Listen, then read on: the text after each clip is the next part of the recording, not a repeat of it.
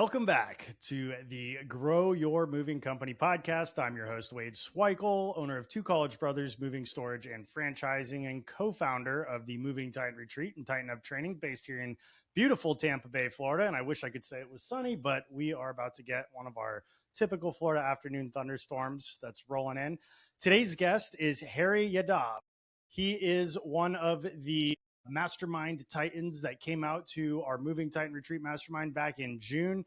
And he's got a hilarious personality and was keeping us all on our feet at the event recently. But Harry's company is Last Stop Moving, based in Edmonton, Alberta, Canada. He's one of our friends from the north, the land of friendliness and cold winters. But Alberta, I know, is I believe a big oil town or a big oil province of Canada. I almost said town. And you're off to a huge start. You started your business only 4 years ago.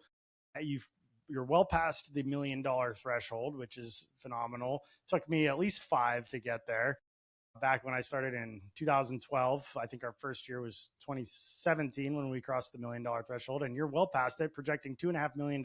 And I'm excited to talk to you here, Harry. Talk about your business, what's been going well for you, what you attribute to some of that growth. But welcome to the podcast. Thanks for coming on. Certainly, it's a pleasure to finally be on this podcast. I know one of the main things that's helped me with the business up till now, your podcast, it's been an invaluable resource, and it's great to finally be able to do this.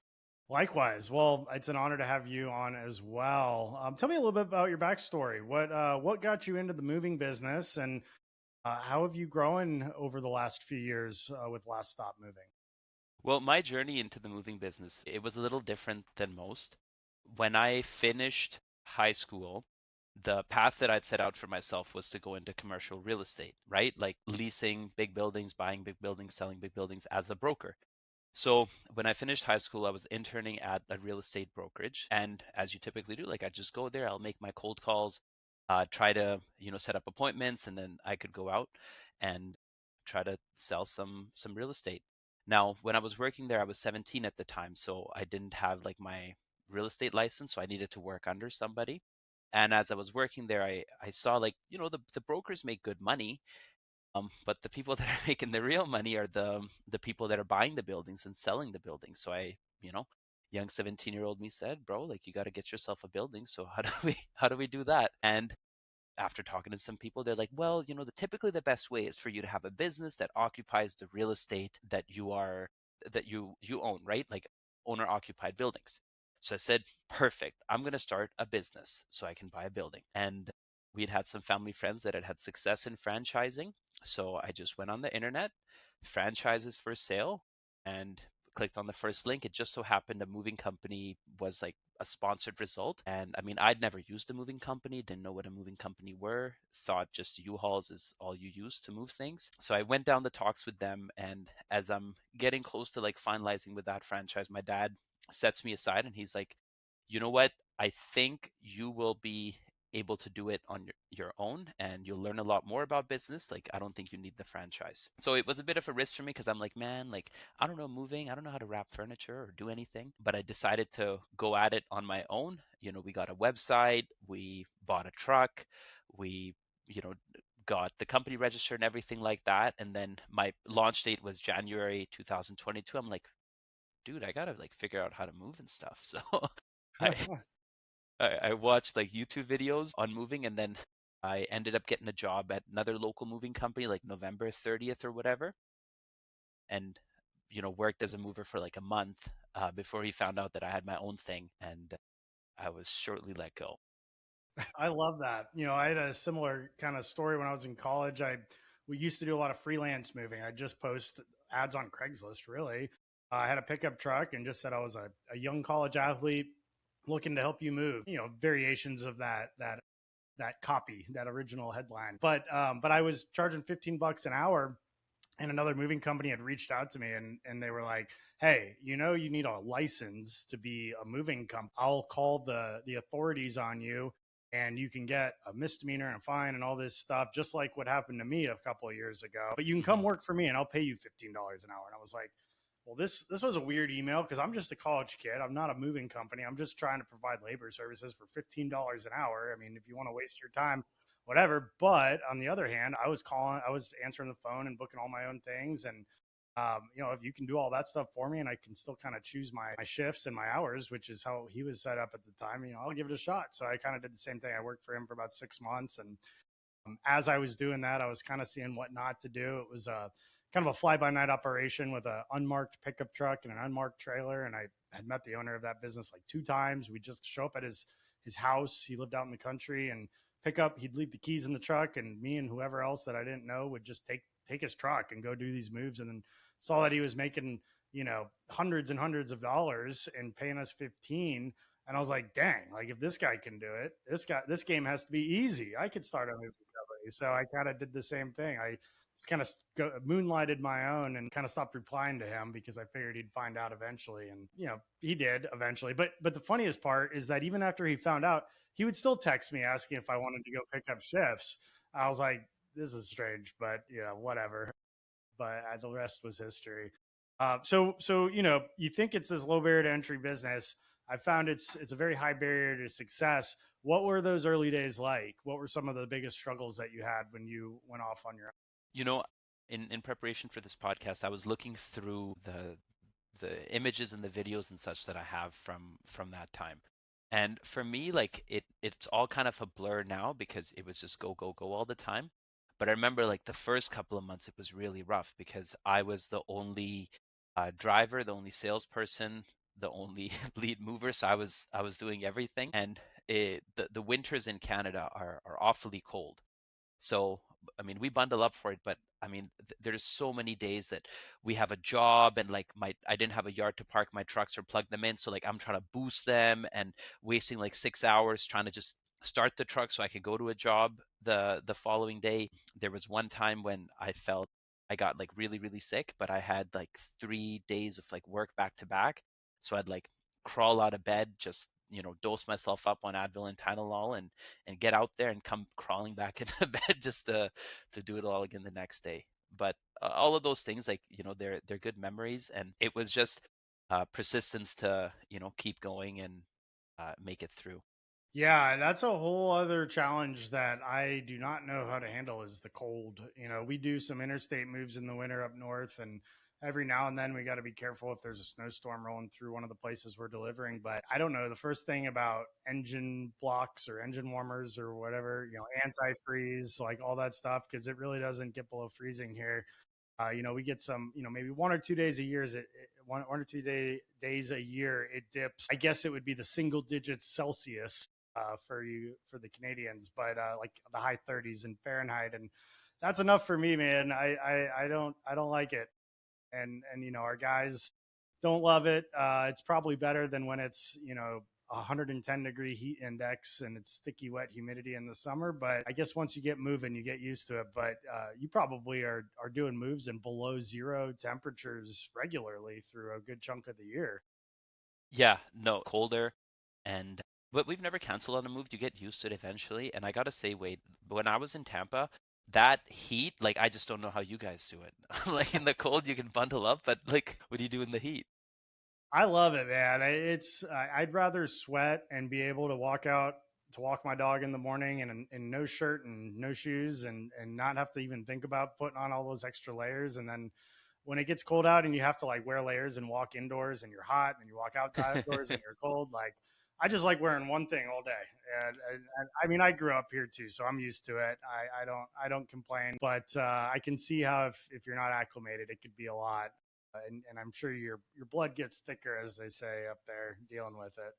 So Definitely. aside from just some of those challenges with the weather and having to be the only one, what were some of the other challenges you experienced as you started to grow? Because what I see, having opened franchises from scratch and gone through it myself and talking to other companies, it can be a really tough balancing act keeping good guys on board when the work is just unpredictable. If you don't have moves every single day, you know that's tough. It's tough to keep guys engaged that are quality and train them. And there's a lot of that fine balancing act. And then you don't know when to get another truck because You might rent a truck for a little while and then go get a new one, but there's always that like fear of taking the leap because you're committing on the insurance and the payments and everything that goes into having that second truck and third truck and beyond.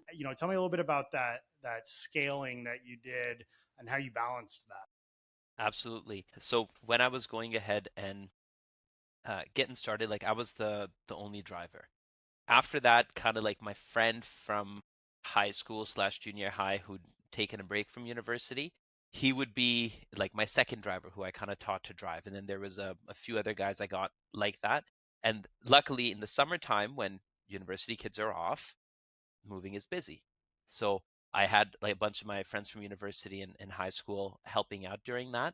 When we got slow in September, at that time, what it was just I would bring guys in for an interview, like, oh yeah, you seem good, and let's go out on a job. And just we weren't that busy in the fall of that same year. But after that came out in like January, February the following year, I had one main guy that I would have, and then he brought some of his friends along for the ride.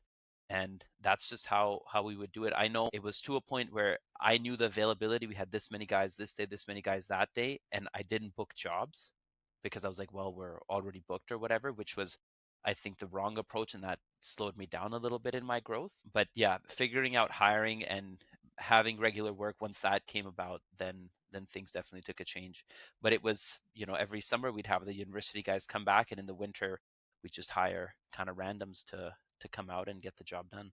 Yeah, what were you doing to get the jobs on the books? Because the landscape has changed so much since I started off, where Craigslist was really like our first like source of business.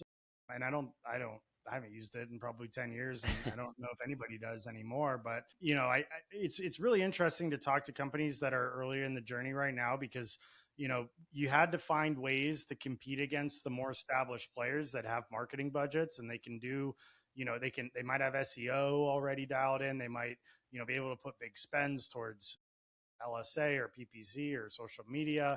But when you're starting off, you don't really have, the ability to do that. You have to get creative and find other ways. What are some creative marketing approaches that you found to get jobs on the books? When I was getting started, and like I didn't start marketing till like 2024, mid 2024. So for that first like 2.5-ish years, I would go crazy with the yard signs.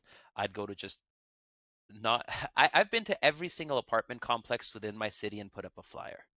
There's still moves that we do inside certain buildings that we see those flyers from that early on because no one takes it out. But yeah, putting flyers in the buildings was big. Your typical, I would run ads on Google without any attribution or call tracking numbers or UTMs, just like, yeah, like someone calls. And yeah, referral partners through like storage units, we would get jobs. And honestly, Wade, like you have Craigslist, we have a thing called Kijiji. Back in those days, Kijiji was a big lead source for us as well. Kijiji, I've never heard of that. I wonder if there's any US based version of it. But I love some of those timeless, just guerrilla marketing, just pounding the pavement, hustle tactics, because we still really try to do that stuff today. I had a sales guy that was stopping by a apartment complex earlier this morning, and he sent me a picture. He's like, "Hey, we're already here." And he sends me a picture of a flyer that was hung up there who knows how long ago on a bulletin board that is still there. And that old school approach of just walking in, introducing yourself, putting flyers out, finding out if they do move in, move out packets, finding out if they've got a community bulletin board or if they do any kind of digital newsletter, or, something online where they might be able to refer you, and then just trying to become on a first name basis with the leasing agents or the people that work at the desks to try to win them over to refer you. But have you found any creative tactics on kind of getting more juice out of those apartment complexes that, aside from just dropping in with some flyers? Hey movers, it's Wade Swikle, and you're listening to the Grow Your Moving Company podcast. If you've ever wasted money on marketing to the wrong homes, listen up. This is why I use USA Home Listings. They're the only platform in the moving industry built by movers that not only has new home listings and under contract listings updated daily, but now offers enhanced data that can eliminate vacant homes and give you phone numbers and emails for both homeowners and realtors, giving you multiple ways to connect and close more jobs. Their vacancy AI tool removes empty homes so there are no more wasted mailing efforts, and their Tier 2 data takes it further, providing highly accurate contact details for both homeowners and realtors for email, phone, and social outreach. The result? Higher conversions, stronger ROI, and more book jobs with less spend. Check out usahomolistings.com because it's where real movers get real leads. To be honest with you, like we kind of stopped going after the apartment complexes just because back then our rates were, we were not a premium provider in our market. And honestly, like our service has elevated, our expenses have elevated, and the customers that we want to go after, they're not moving in and out of apartment complexes so much anymore. So it's not been something that we focused on aside from, giving thank yous. Like there's a couple buildings that always refer us, we send them Christmas gifts and stuff, but we never did like, we'll give you $50 if you refer us, or give them any money or anything. And it hasn't been a focus of ours for the last little while. Gotcha. Yeah, I hear you on that. It's one of those things where it's typically smaller moves and things that are more price conscious clientele, and I think there's still a place for it though, because when you're focusing on homeowners that are buying and selling, you're so contingent on the real estate market, and the real estate market runs in cycles. During the time that you started, 2022, I mean, everything was like at its peak, at least down here. And then midway through 2023, it all just kind of ground to a halt, at least in our market. And we started putting a bigger focus on going after the renters because if people aren't buying or selling homes, doesn't mean they're not moving. They're just probably more likely to rent. If interest rates spike and it's harder to get into a home, or home sale prices spike, and people are locked in with low interest rates, they may not be as likely to want to sell their home and get into something else, and they might rent for a while. And what I do like about renters, it kind of hedges that real estate market cycle ups and downs, because renters move a lot more frequently on average. They're moving annually a lot of the time, sometimes every couple of years, whereas a homeowner, it's like every up to 7 years for the average homeowner. So and there's, what I really like to get into are the really high end ones, the high rises that have difficult access points with long carries, long hallways, elevators, loading docks, because those are relatively easy moves. They're usually still 1 or 2 bedrooms, and they can take all day because of the logistics around them. And it kind of falls into that cyclical, renter, shorter, more frequent moving side of things. So I think it's a balance. You want to just kind of cover all the bases with who your clientele is, and during the periods where the real estate market's not doing well, there are luxury high end condos and apartment complexes that can be just as high as the average ticket price on a normal residential home. So you've shifted your avatar, so to speak. Have you been finding ways to get in front of more homeowners over the last couple of years? Yeah, homeowners is who we've focused on as of late, homeowners and seniors complexes. But it's a valid point with regards to the renters. Just, we only have so many resources when it comes to business development and going after it. And then, like I said, with the sales team, for a little while, we had more leads than we had salespeople. Like it's, you can Good problem to have. exactly. So So we're what's your current structure look like right now with your org chart? Like how many salespeople? What are you doing on the operations side? so right now we have 2 full-time salespeople and one that is primarily business development slash and he covers the phone sometimes or does ACBs to get the jobs booked. So like 2.5 salespeople. What's an ACB? Authority callback, ATO, Oh, authority okay. takeover, Oh, yeah, Louis yeah. Massaro. Okay. Yeah, I love that. I've never heard it abbreviated like that, but yeah, we do that as well. That's great. Okay, so you got 2 salespeople full time. You got 1 biz dev that kind of helps cover some gaps there and doing your authority takeover calls. And then what else you got going? In operations, it's just 1 dispatcher, and then we got VAs. So I have 1 office manager. I have 1 like administrative person that does, making sure we're getting paid on all the jobs. What do you call it? Collections, closing out movers, takes care of the hiring, scheduling the weekly interviews and the orientations for the guys, things like that. And Interesting. So you're using VAs to basically serve as like an office manager and do a lot of the admin, including closeouts, collections, and interviewing guys. so they do a phone interview, and they Okay. said we do like a weekly, the way Winston does it. Like they just come in, we do a presentation, get them hyped up, and then we train everybody before they go out on a job. And then part of the training is a skill test. So we make sure, that you look like you can lift, but can you actually go up and down some stairs? Yeah.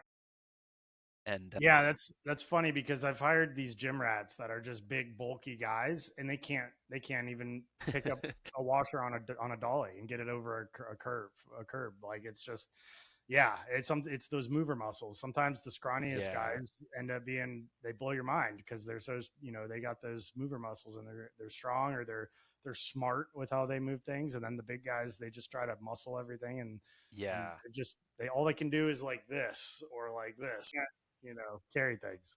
yeah. The skinny guys, man, they're the best. Like they got up and down stairs and crank out 16-hour days, just get it done. Yeah, that endurance is really important. And your VA setup sounds very similar. I just did a podcast with Winston and he talked a lot about that. Do you have a facility where you're able to kind of put them through those tests when they're being onboarded to make sure that they've got what it takes? Yeah, but well, we got a warehouse here with a couple of vaults for storage and our offices and everything. We park our trucks here. Very nice. Yeah, we're coming up with something like that. We just got into our new office that we just had built in our warehouse. And part of that design is a training house. So we've got a 1 bedroom house, like full Mhm. model home here that we're purposely stocking it with like the heaviest old wood furniture that we've just gotten off jobs, and we want to see if they can handle this stuff in those early days during orientation. And we have a mezzanine here that we're building a staircase so that we can put some heavy stuff up on top of the staircase and have them practice going up and down the stairs and basically simulate like a 3 hour move and see how they do, and kind of also use it as a training time, protocol to practice protecting the furniture and the premises and all that good stuff to train them, but also just kind of evaluating them as they're doing that. How quickly are they catching on? How are they handling the endurance aspect of it, and giving them a real life move experience before they ever set foot in a real life move, and they don't their first day on the job isn't just handling grandma's antique dresser that could cause problems. So I love it when companies do that, and that's great to hear. So you got a little bit of storage there too. Is it enough to like make any money on the storage, or is it just kind of just a few things here and there as you needed? So when I started, I thought, hey, you know what, man, these vaults are gonna be big for me. But over time, like the vaults they just store our stuff, so like extra blankets, extra supplies and such. Our storage, we do like self portable storage units, and Okay, that's what cool. we have. And for that, we're slowly building it up. I think we make like 6 grand or 7 grand a month off of that storage. But the reason was we just had no space where we were currently. Like with all the trucks and the units, like there was just no. I had containers double stacked, but now we have another yard, and yeah, that's the way that I see us going after storage. So it's like mobile storage, kind of like pods, like you're doing that. Yes, it's different than pods because I got lucky with this truck that I bought. It's called a side loader truck. And what it can basically do is it can move fully loaded shipping containers. So Wow. if you order pods or like the Havner stuff, those units that everyone has, those are you use like the Cardinal Mule system to lift it and whatnot. I just use shipping containers, and then this truck it can load a fully loaded shipping container like completely level onto the truck and off the truck. And shipping containers are easier to buy, more secure. You can stack like 8 of them high if you have the ability to do so. So that's the direction I'm going with shipping containers as opposed to the pods units. I love that. So is it like a flatbed truck with like 40-foot shipping containers on it or smaller? No, 20-foot shipping containers. It's not a 20. flatbed truck. It's full on like a crane. Like it lifts the container up and puts it on either the left side or the right side completely level. Things are not getting shifted. So, yeah. Yeah, that's something that I'd like to explore one day, getting into, something similar to that. The mobile storage can be really valuable because I mean, I imagine you probably have those sitting in somebody's driveway for periods of time. Do you have them wrapped with your logo? I mean, can it serve as like a branding play for the neighborhood if you're, bringing them out to somewhere? Wade, I don't have them wrapped because it's just not something that we have pushed. Like it's not on our website anywhere. There's no GMB for it. We were only offering it to customers that asked if we have portable storage, again, with the lack of space. And then, like literally 1 or 2 weeks ago, I was able to secure extra space to put more of those things on. But yes, I'll have them branded and looking all purpled out. I love that. I love that. And I love the purple. That's our color of choice as well. It definitely stands out. So are they stored outdoors? Like, is there any issue during the winters by keeping items stored out there? No, I've not had any issues in the wintertime, and yeah, they're completely outdoors. I mean, they're hermetically sealed. If you think about it, right, a shipping container's coming from China to here, like it's going through -30 and +30, like in on That's a the good point. ocean. Very cool. So what have you attributed to your rapid growth? Getting to that $1 million mark and now, looking to double, more than double your revenue from last year to this year. What would you say has been the biggest factor? I think education, and I find like there's these breakpoints that businesses go through, right? Like there's first that $1 million, then there's that 3 million, 5 million, 10, 15, and I don't know about the other ones, but I'm sure there's more. So, like it's different things that take you past each breakpoint, and I'm a big believer in education. Like I study other companies, I study what's out there for the moving industry specifically. So when I hit a certain problem, say for example, hey, our trucks are not being returned in a proper fashion, I already know 3 ways to solve it. Like, hey, this is what Luis Massaro says, this is what so and so says, what's the best way for us to solve it? If I notice an issue of us, hey, we're not getting our estimate sent rate is below what it should be, then I know, okay, these are the 3 solutions to it. So always studying like what's up ahead next, so that when those issues come up, the solutions are there, and we're not getting stuck on Mm. silly things. Yeah, you're absolutely right. Like that first $1 million milestone, I think is one of the hardest things because you're doing everything yourself. You can't really afford to hire. Maybe you can bring on one, maybe two other people to kind of help you with the sales and the operations, but that's a tough place to be, getting to that first million, and then where you're at, crossing the $2 million, things start to get a lot more fun because you can now start to delegate some of the tasks that are the day to day with dispatch and, doing the estimates and outside sales and things like that. And the fact that you're leveraging VAs, I think, is a really efficient way to do that. Would you say that getting to that $1 million threshold was probably the biggest hurdle, or is there another kind of revenue point where you feel like it's been tough to break through? No, man, the $1 million was tough. After that, it's been just incremental. We go step by step, and I think knowing your numbers is a big piece. I'm a believer in the saying, we plan our work and we work our plan. So, like every year we set our goal, hey, this is what we need to do. This is how many leads we need. This is what our marketing spend needs to be. So, if we're spending the money now, the results will come then. Like it's just a plan that you follow, and that's what we've been on so far.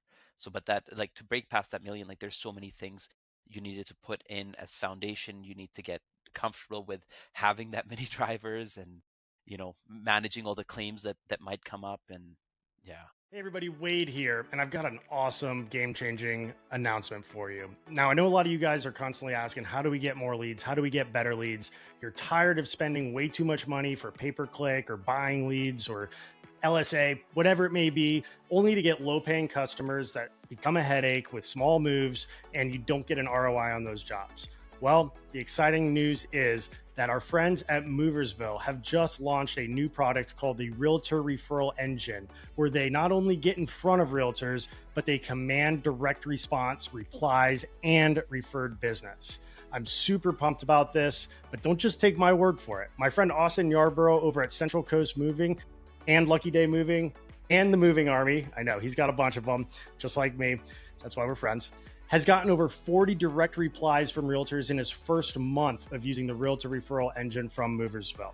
And then there's Scott with ABC Moving Systems. He's booked over $30,000 in work and made over 20 new realtor connections. What can an extra $30,000 a month do for your business? Here's what makes this kind of marketing different. These aren't just one and done jobs. These are realtors who keep referring large jobs, can introduce you to the other members of their brokerage, and then those moves can start referring more and more jobs. You have to stay front of mind though. So if you want to learn more about the Realtor Referral Engine by Moversville, head on over to moversville.com and book a quick 15-minute call with my friend Tim, who runs the place. He'll know exactly what your business needs to get set up. He can do it all to make sure that you're getting high ticket jobs at a fraction of the cost of other marketing sources. I think you're going to be happy that you did that. Don't sleep on this one. Go check out moversville.com. Look for the 15-minute intro call with Tim and report back with your results so that I can talk about them here on the show. Thanks for tuning in.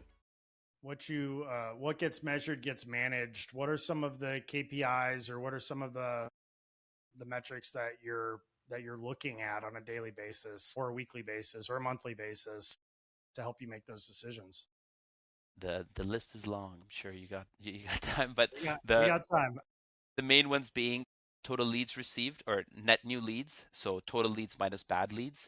We're looking at booking percentage. We're looking at talk time for salespeople, making sure that the work is being put up on there. We're looking at our fully burdened labor ratio, and then also our review rate. The review rate tells us a lot on how these guys are doing. Those are like the main ones that matter and that we look at. One that's a little niche, I don't hear many people talking about it, is like the customer feedback. So we give every customer a call after we've done a move for them, ask them, hey, how was your move from 1 to 10? And a couple of metrics I found is like 65 to 70% of our customers, or 60 to 70 on any given month, right? It goes up and down. They say that their move was a 9 out of a 10, or 9 to a 10. So they're super happy. The remainder, though, that 40 to 30%, they have some feedback for us, right? Sometimes it's just that, hey, the movers were good. I felt like communication could have been improved, or whatever it might be. So those are the things that we take, we learn from, and we try to fix our process. So we just measure that, like, hey, how many customers are we making into raving fans or are delighted by our moving experience?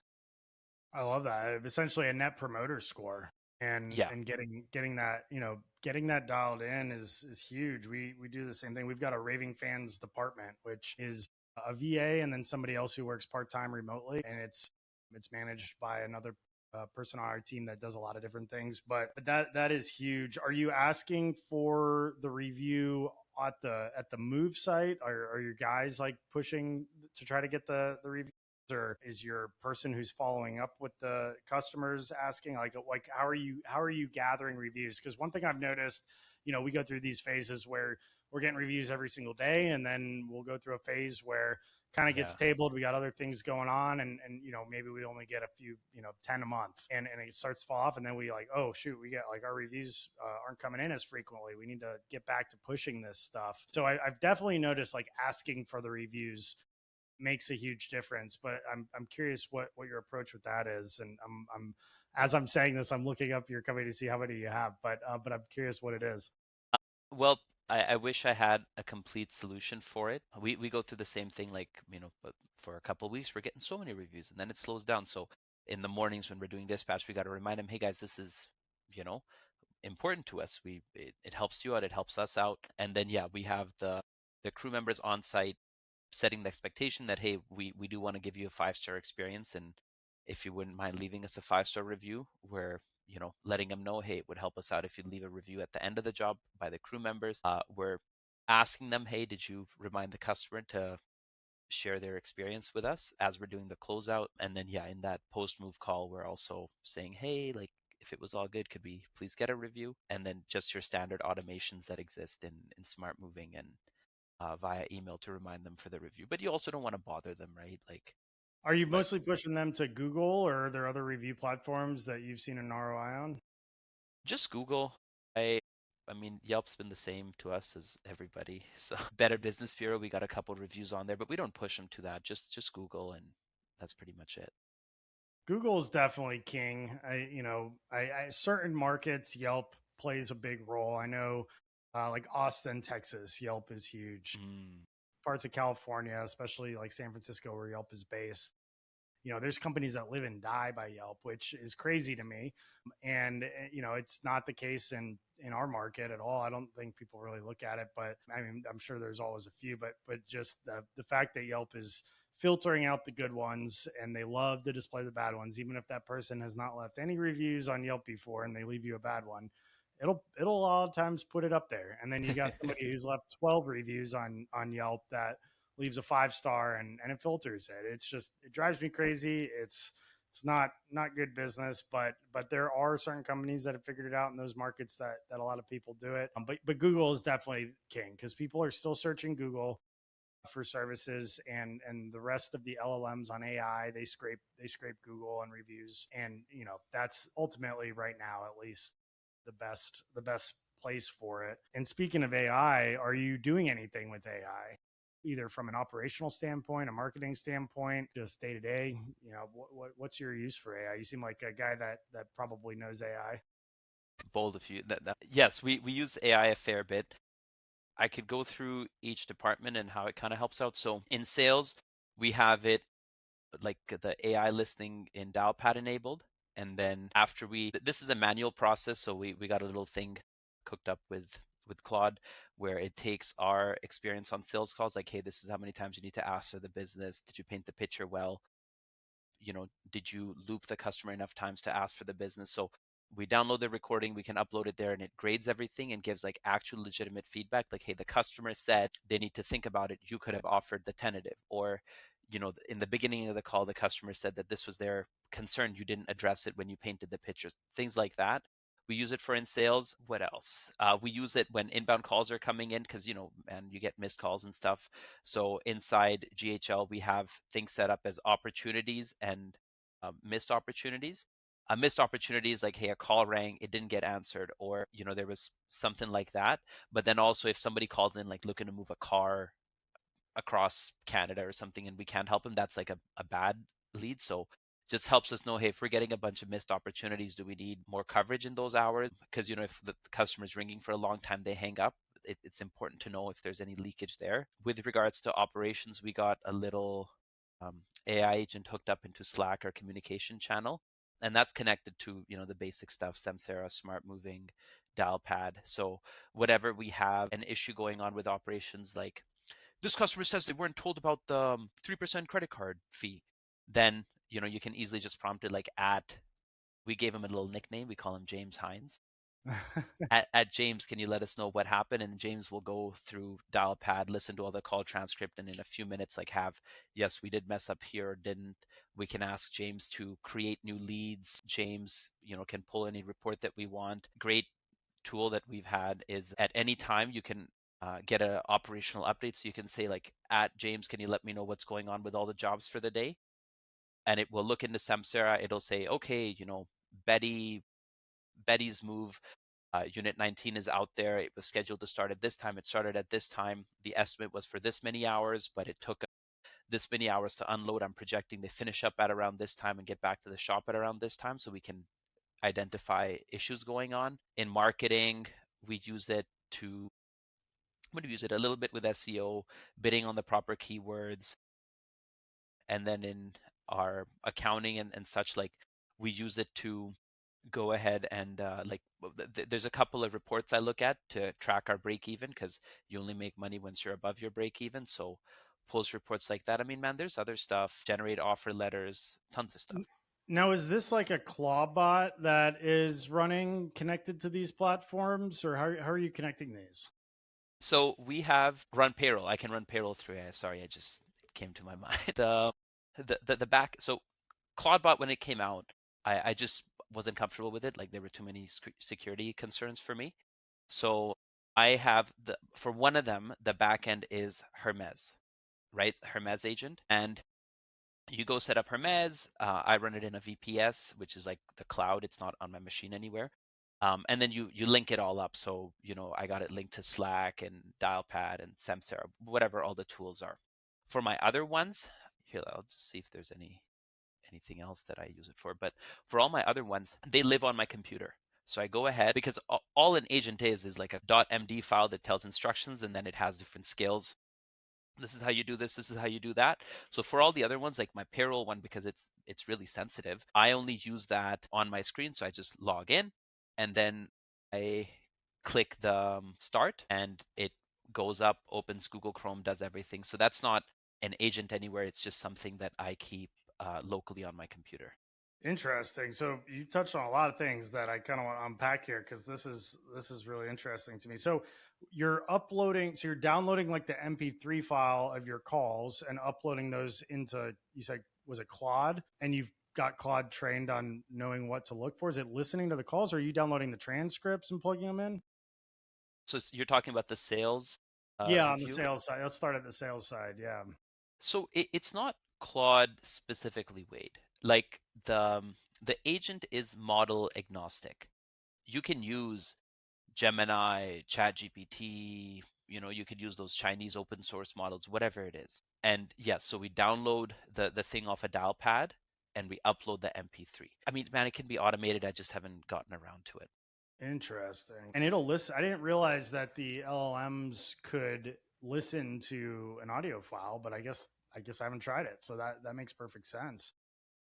I need to try that because I've uploaded all of my systems, processes, scripts, everything we have into both ChatGPT and Claude, and I'll consult with it from time to time. And I figured it could do transcripts, but I have my assistant send me 5 MP3 files of phone calls every Monday from the previous week that I can listen to on my drives to and from, and look for things to coach our sales team on. But shoot, I mean, I might start plugging those into Claude and saving some time from having to actually listen, and can't really hard to take notes while I'm driving. I love that idea. And so when you say it's model agnostic, I mean, you could probably do this with ChatGPT and everything else. Is there an AI of choice that you prefer to work with, or is it different use cases for different models? Yeah, I'll just preface this by saying, Wade, you can't upload like a straight MP3. That MP3 needs to I be can't. turned into a transcript. Oh, okay. So you can download a transcript from Dialpad or Ring Central or whatever you use. However, I just like it's garbage in my eyes. That transcript is not very good. So we download like you just uploaded MP3 into the agent, but the agent knows, hey, I gotta reference this other model, like Whisper from OpenAI is a good one that can transcribe really well. But yeah, we just upload a transcript in the back end though, or sorry, we upload a recording and in the back end it's made into a transcript and then fed into whatever model. And then when I say it's model agnostic, like an agent is essentially a set of instructions, right? Those instructions can be read by anybody, right? So the model, Chat GPT 5.6 or Claude Fable or Opus 5, all that stuff, they're just reading the instructions that you give them.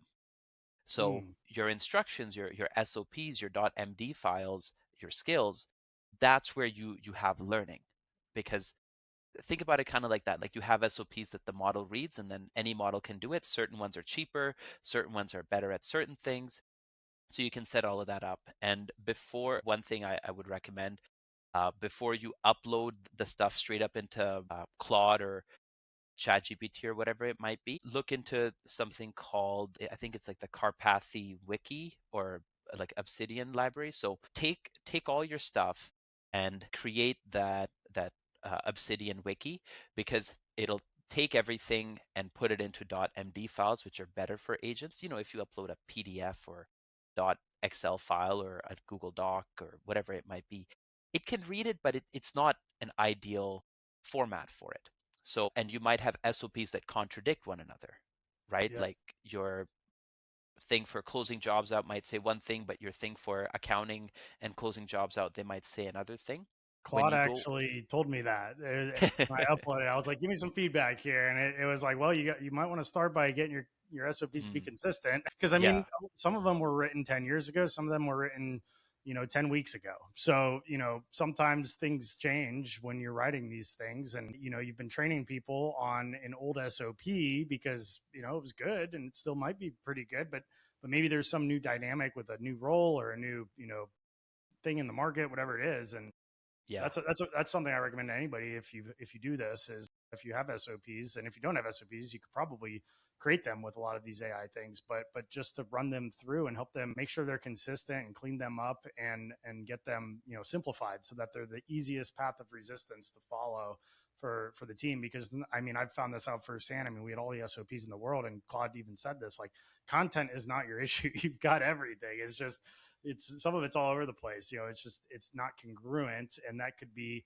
creating a bottleneck to where people aren't following the SOPs because they read this one over here, they read this one over here, and then they don't do either of them because they both say different things. So something that was brought to my attention recently that's really important. But I want to take a second and tell you all about Tighten Up Training. As a co-founder, we've spent months and months and months and a lot of money pooling together resources from some of the best moving companies in the world. And we're excited to bring this to an online platform available to any mover to use at an affordable price. Tighten Up Training has over 200 videos, including mover training, your highest turnover position, so that you can reduce claims, streamline operations, give your team the tools to perform at the highest level of service that generate repeat and referral business and allow you to charge higher prices, as well as sales training, marketing training, business development, leadership. We're adding more content as we speak. We've got legal training in there. We've even got door-to-door training for the moving industry, thanks to Lenny Gray at the Moving Titan Retreat. We've seen a massive explosion of moving companies jumping on to Tighten Up Training since the last retreat, and people are loving it. And when you sign up and mention this podcast, we're going to give you a free 6-week onboarding course in order to learn how to hold your team accountable and get the entire team on the platform so that you can have the best off-season and summer season that you've ever had. So go to tightenuptraining.com, schedule your free demo today, and look forward to tightening up. And I'm kind of, what is a .md file? I'm not familiar with that. This is really good information. It's a markdown file. Just think about it like a .txt. Like there's no fancy headings or pictures in there. It's just text. And then you said like a Carpathy Wiki or Obsidian. What are those? Those are something that can convert these other files into a .md file? So what it is Obsidian is an app. It's like a note-taking app. And Carpathy, Andre Carpathy, he was like one of the godfathers of AI. He worked at OpenAI and whatnot. And I'd say a few months back, he released this GitHub repo, or basically like a way that he did things and organized his knowledge and made sure that, it could give Claude memory and not only Claude, but any AI memory. So basically you download Obsidian. It's an app on your desktop, right? And then you can open up Claude or ChatGPT, whatever it is. You point it to the folder of your Obsidian, right? And you can just on the internet go ahead and look up like Carpathy Obsidian Wiki, and it'll give you like a file. You put that file into Claude and you say, hey, set this up for me. And then you just slowly just feed it all your stuff, right? Feed it the stuff from your Google Drive, your Trainual, heck, feed it your emails, your podcasts, whatever, and say, hey, take it all in and like build out my knowledge base. And that knowledge base, that's a foundation, that's a source of truth. And then you can connect that knowledge base with any of your various different agents, and then everyone's talking the same thing, right? So if your one agent does something and says, hey, we learned that this way of doing things was wrong, it'll update your knowledge base. So then your other agent can learn from that. Like how sometimes your chats are kind of fragmented. It's updating that source of truth.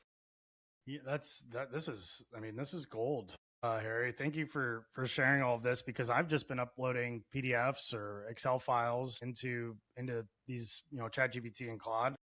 And you're right. Like sometimes it doesn't always remember certain things, but it did tell me. I've talked to it, and it's like, reference this specific SOP as the source of truth when you're asking certain questions related to it. And I'm like, well, that's going to be challenging because I don't remember what's in every SOP. Like I want you to do that for me. Yeah. Instead of me having to go track it down and, the 100+ files that I've probably put into it. That's why I want to put it all in this one place to reference them and figure out where it is. But that may help to expedite that.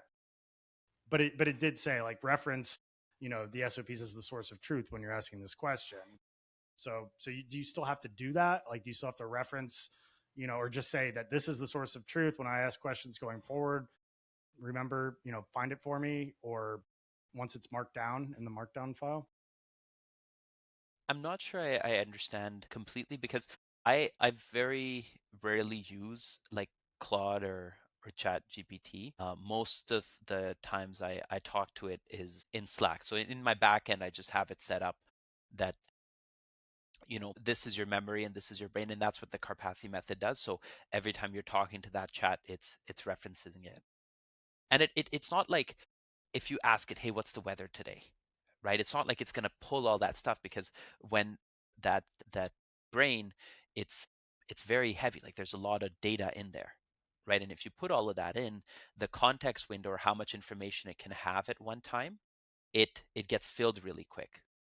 So the more context window you have, like you might think that, hey, if I give this AI a bunch of my PDFs and recordings, like the more I give it, the better the results going to be. That ends up not working out the same way because then it's having to search through a lot, and each time you ask it a question, it answers it. That goes into the context, and that snowball gets so big, it's tough to sift through.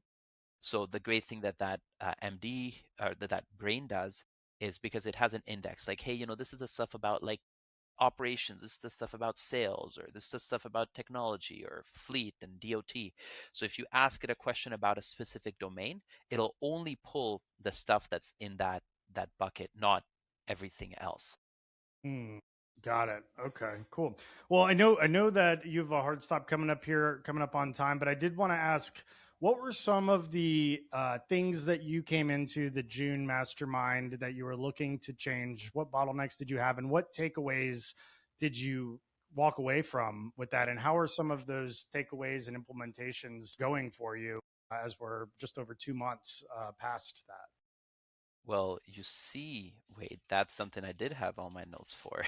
Sorry if I went totally off script from what you were prepared No, for. just like my notebook from the stuff from there. So the three main things for me was doing meta ads, and I realized like it's a whole platform that is wide open, and I think I'm one of the only companies in my market that doesn't do any meta ads. So I I keep hearing meta ads over and over. Companies are really getting into that with the new Andromeda algorithm launch. That I've been hearing some great success stories on every recent podcast and company that I've been talking to. I mean, that's on my list right now too. And that wasn't originally last June, but it has become that since. Yeah, and I don't mean to take away from the other ones that you had, but I'm just curious if you've had any success launching that. well, I did have success until my account got banned. And then Meta was just so happy with all the success I had. They're like, no, this guy can't be having this much success. So then I made another account. They banned that too. So I'm in the process of getting back to having some success with it. But yeah, that's the second one on my list was realtors and going after them. So we built out our own little custom funnel for them. We text them, email them, did things crazy, and we've had very good success with realtors and going after them the right way, offering them value and having a genuine connection with them, not blasting them with random voicemail drops or anything. So we meet with them face to face and slowly build market share there. And then thirdly, it was with regards to commercial moving. So I mean, I listened to Ed Katz on your podcast first, very many years ago, and that first introduced me to it. Like, man, this thing is completely different than what I do here, and it had always been in the back of my mind. And after Jim Stevens, shout out to him, and kind of his talk and seeing what this looks like, I thought that it was a good opportunity for my business, especially with my background in commercial real estate. Like, I literally know we were looking for people that were moving so we could sell their building or sell them a new building. It's just like, we're looking for people that are moving so we can move them this time. So I have just an understanding of how businesses look for vendors and what that process looks like. So we're beginning our journey with Ed Katz and understanding commercial moving and hopefully growing that division to be a successful one in our market. I love that. Commercial moving, I mean, it's a different animal than household goods. And we did the IOMI program and got IOMI certified. But what I realized, and this is something that Jim had referenced and reinforced, I should say, at the mastermind, is that commercial moving is not really something that you can have great success just dabbling in. I mean, we pick up office moves here and there, but it's usually when they find us. And sure, we can do most of them. When it comes to the more technical ones with the workstations and the massive corporate offices, that gets a little more challenging. But small business, easy. It's just like residential. But the big ones, they require a lot of infrastructure. You need big teams. You need technicians that know how to do different types of workstations, and you need to know how to go find those with the big corporations and the chain of command and the ladders. And Jim put it basically bluntly. He's like, you need $500,000 to launch a successful, legitimate commercial moving operation. It's going to be $300,000 to $500,000 in most situations to get that going. And I'm sure you could build up to that. It's without doing it all at once, but having a dedicated person to find those jobs and work those accounts and manage and oversee those jobs, and having the right kind of team. You got to understand movers aren't usually going to get tips because it's a large team and it's a corporate deal, and that could upset some of the guys that are used to getting tips, except in the winter when it's better than having no work at all, of course. But it is a different undertaking. There's just different ways to load the trucks. There's different types of nuances with it. But that being said, if you have that in place, it can be a lot easier from a day-to-day standpoint, because it's a lot of pushing things down hallways, and it's not having a stressed out customer as often, and the damage claims with the family heirlooms aren't as sentimental, and there can be huge tickets on it. On the downside, sometimes you don't get paid those big tickets for several weeks or months, depending on the term. So a lot of different things. And he's launching a program that's kind of a modernized version of AOMI with more, one-on-one work that he'll be talking about at the upcoming retreat in September. That sounds very interesting, and I'm very excited to hear more about that. But that's something that you want to get into, it sounds like, is really hitting the commercial stuff more. Well, we've had a conversation with Jim, and you gotta build up to it. But I'm going into it aware of that, right? The investment that it takes, and yeah, like we'll put the money behind it. We'll have the proper manuals that go into it. Like the way I have it looked at is like it is a whole separate business, and my business is residential moving. So I look at it as a way to give opportunity to others in my team to have something that they look after, nurture those that I see potential in getting something more. So yeah, like when we get after it, it's not something that you begin immediately, because you need to have your manuals for the 7 centers of management attention, understand how client fulfillment will work, understand how lead generation will work, lead conversion will work, and all those various different pieces to the business. Yeah. We did something. Shoot, I'm drawing a blank on what it was called, but it was when we were trying it out, I guess, kind of half-heartedly, I should say. There's services that you can get relatively qualified at varying different levels of leads based off of leases that are expiring, and then having somebody that is not afraid to cold call and try to get past the gatekeepers to work those leads, and being able to determine what the hotter ones are and what those aren't. But do you have any ideas, having come from some commercial background, on how you plan to get that business on the commercial side? Because it's a different marketing approach than residential, which is heavily driven by SEO and things like that. Like most offices probably aren't searching, and they might be some, but searching for office movers, and you could rank really well, and your phone might not ring at all for an office move. You got to kind of go get that and get in front of the right people for it. But what's your approach? How do you plan to get those jobs? I think relationships is a big piece of it. So there's associations throughout the city, kind of like how there's realtors associations for industrial property managers and companies like that. Cold calling is a big piece, and then being a solution provider on directories for other companies that are looking for services in your market. I mean, it's not a single thing. It's not like, yeah man, just do PPC and you'll get leads. You have to kind of exhaust all the different ways. So getting up, picking up the phone, going out networking, chamber of commerce, all those different areas where there's businesses that are going to be moving. Yeah, it's that's not for the faint of heart, because that you're probably going to get a lot of no's before you get to a yes. And Jim even said, he's like, I would sit there and I would call over 100 people a day, and I might get one or two people that would give me the time of day. And I mean, that's what it takes. You got to have somebody who's not afraid to pick up the phone and call, or stop in at the, get to the gatekeepers, and go to the events, and no, not be introverted. Probably an extrovert would do well with going out and finding that business. And a lot of the same principles could very well apply to residential moving too, with using something like a USA Home Listings to cold call the homes that are for sale, and the homeowners and the realtors and things like that, going to the right events.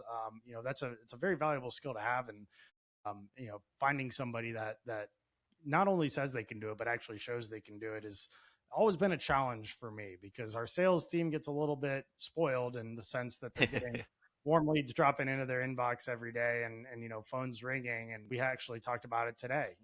This is the time of the year where we got to ramp up our business development efforts, because those warm leads are going to slow down here going into September, and we got to start building up the pipeline by going out and finding the business a little bit more than what we might be used to in the summertime. But it sounds like you have a business development person that kind of does similar things like that. Yeah, we have a business development person and a VA that supports them from Ready Rolls, the data activator. In Canada though, there's no such thing as a tier 2 data. Privacy laws are very strict, so we don't get a list of homeowners to cold call. So we work around that, and there's different things that you can do to get after it. But I mean, Wade, cold calls and we go way back. I've been making cold calls since I was like 15 years old, 30 a day to realtors. And then when I was selling commercial real estate, it was, yeah, 100 was the minimum, and the record I hit was 200 every single day. You get on that phone, beep, boop, beep, like, hey. That's And awesome. That's such good experience at a young age to like get comfortable doing that, because nowadays, especially, nobody wants to talk on the phone. They don't want to answer the phone. They don't want to call out. And I'm not saying everybody, but I mean, the calling out part especially is cold calling it's a great skill to have. I equate it to like door knocking. Mhm. If you can go knock doors and then find some success and generate business doing that, and if you can just pick up the phone and create something out of nothing, you're setting yourself ahead of 99% of your competitors in the moving business, especially household goods. I mean, no, people just don't want to do it, and it's a valuable discipline to embrace that suck and those no's. That's good on you, Harry. I mean, I know you're going to continue to be successful with it. And I didn't want to cut you off because we started talking a little bit about Meta when I thought we had a time crunch. But you said your account got banned. Why did it get banned? Were you trying to manage this yourself and doing something incorrectly? No, it's not that. It's just the phone number that was associated with that account, it was not in Canada anymore.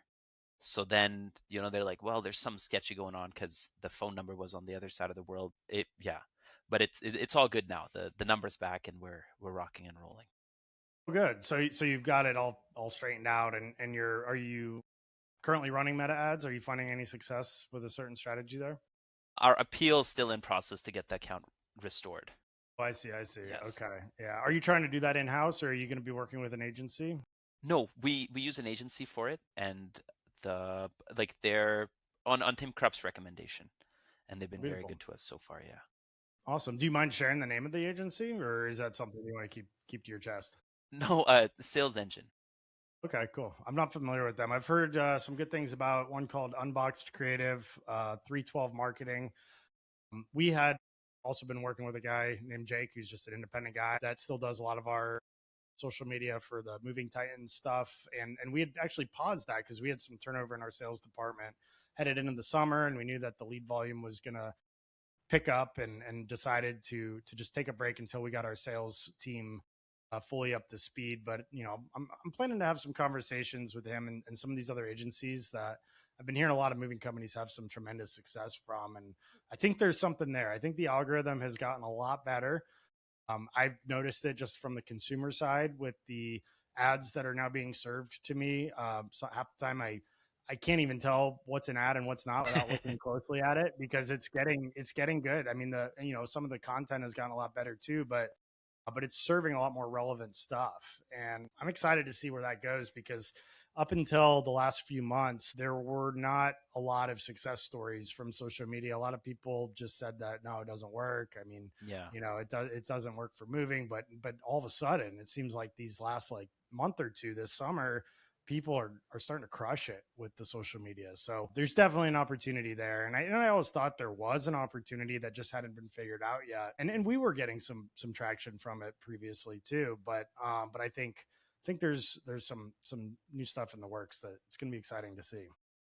Wade, I find with all the different marketing channels that are out there, right? Everything works. You just have to like get after it and be devoted to it, right? I'm sure if you set your mind, I'm gonna make this Yelp thing work, man, you can make money on Yelp. You can make money on Home Stars. You can make money on just cold calling USA home listings leads. But you got to be focused and directed on one channel and like really master it. And so I'm moving through that list one by one. Yes. I agree 100%. I mean, there's somebody that is finding success in every single source. And that's why those sources still exist, because if not a single person ever found success in one, they would go away. But they're there, and people are making a lot of money on them. And the first quote in the first chapter of my book is, if there's a will, there's a mother effing way. So that's what you got to do. And you got to be consistent. You got to really focus in. I heard a podcast, and then we need to wrap it up. But I heard a podcast that Mr. Beast was featured on recently. He's arguably the most successful mass media entertainer of our time, with the amount of views that he gets on his YouTube channel, leading YouTube. And he said that, it's come down to, there's really only like 4 keys to success. It's, who you're around, what information you're learning.